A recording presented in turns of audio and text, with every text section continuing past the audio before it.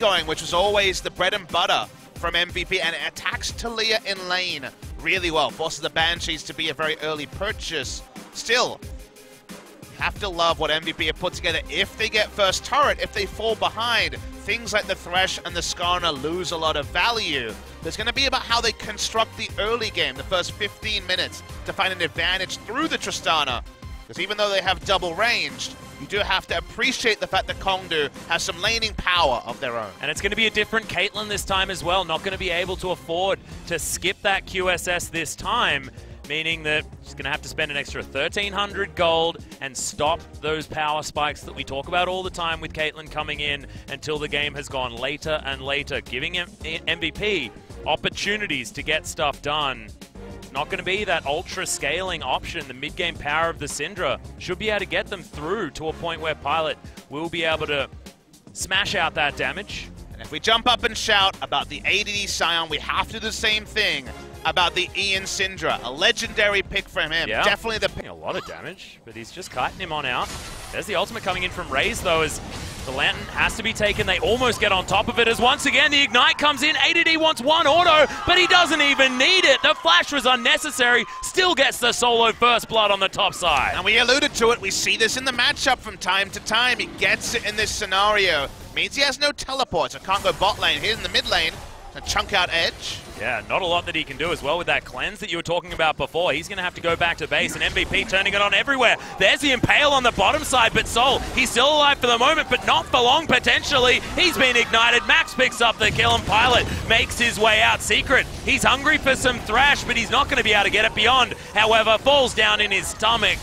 And now Max, he will be falling down, but they still get a lot of work done, and Kongdu Monster invest a lot to try and claim things back bottom side. They only get kills. They're not going to get a turret here. They're going to be able to deny a lot of minions. Ian can't rotate. He's on potential for counterplay, but all the control wards are invested bot side. Face check start. Yeah, Max is here though, as Ian, if he gets taken down too early, it could be a problem, but nope, he's just going to get the Lantern ride to safety and beyond. He may be the sacrificial lamb, had the flash, decided he wouldn't use it, thought that he was going to be dead anyway, and Kongdu Monster, they wanted Ian, but they managed to get a Scorpion for the price. But it's a misread on the map by MVP. They don't have strength here. We already noted how many control wards were there. Not fully to the knowledge of MVP, but certainly implied. They're walking up, okay. Yeah, they want the teleport. In comes Ian as well. They want to try and find it, and doesn't look like they'll be able to grab the dragon, but out goes the Ornn. Takes one little shot. It's not going to be enough. There's the Weave as well, actually going to be taken down at the same time. We managed to get a couple of them and lose the game in game number one. Few different tools, few different options this time. No Cosmic Radiance to play around. It's all going to be about the Devours for Secret this time. Much easier objective for Beyond jungling around his winning lane, which represents the Ornn in a surprising fashion, given Na's general lane control. Roach is going to come for the contest, though.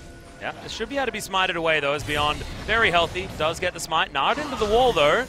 Now Roach is down. Impale comes in as Edge tries to find the boot back, and he does get it. Raze is going to miss the ultimate, but still, they're going to be able to pick up the kill. Beyond just beating this game, honestly. 0-3 Call of the Forge God. Not going to be picked up here from ADD, who's just going to fall down. Bellows Breath Shield, not enough. Oh my God, or is it?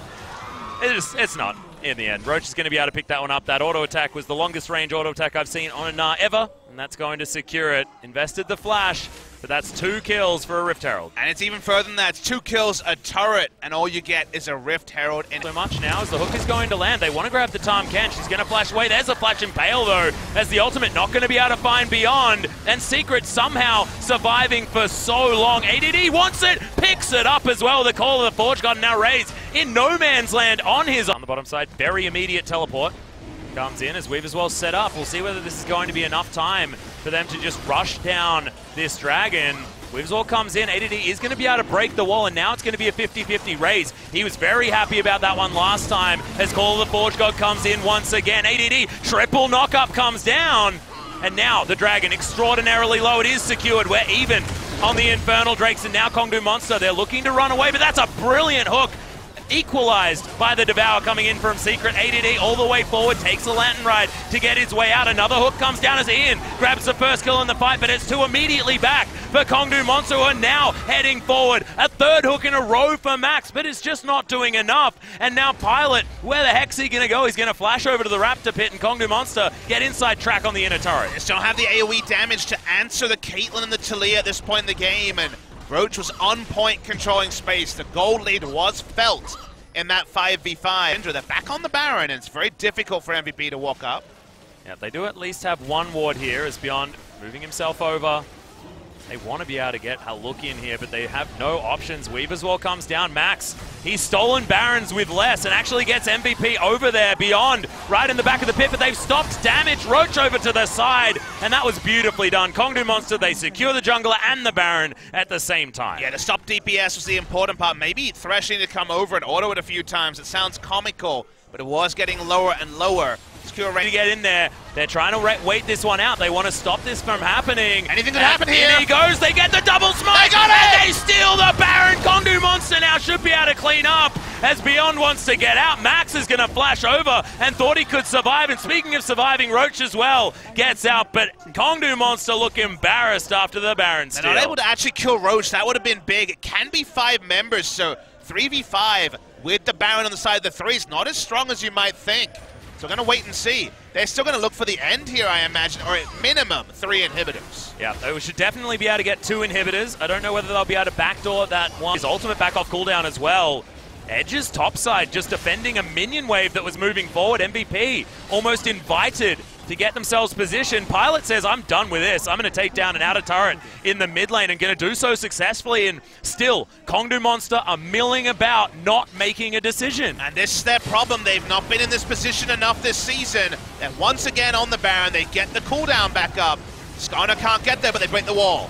Yep, Beyond is going to get himself over there. They don't want the 50-50 as ADD finally engaged on, but the hook lands onto Roach. They get massive amounts of stuns in the backline as well, and ADD just buying so much time. Pilot, the flanking Tristana of all things, is going to get through, and Roach is picked off. MVP, are they going to do it again? I think they might. Kongdu Monster had too many things to think about. They can't make a decision. The inhibitor's going to live. They turn onto the Baron to MVP. They're getting everything. Yep, never mind. It's the split-pushing Tristana that's going to win you the game. They don't have enough damage to take down the Baron, unfortunately, as Edge gets himself over. But the Yakety Sax is playing for Kongdu Monster. They don't know where to be on the map. The Baron goes down. They lose 2. All the Forge God in range, though. MVP, this is dangerous. They are playing with fire.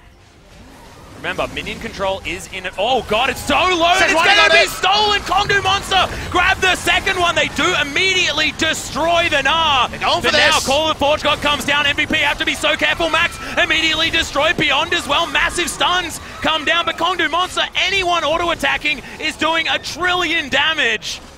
MVP, they're trying to get out. Pilot still has to be respected. Ian waiting for the stun over the wall. But could this have been tossed right back?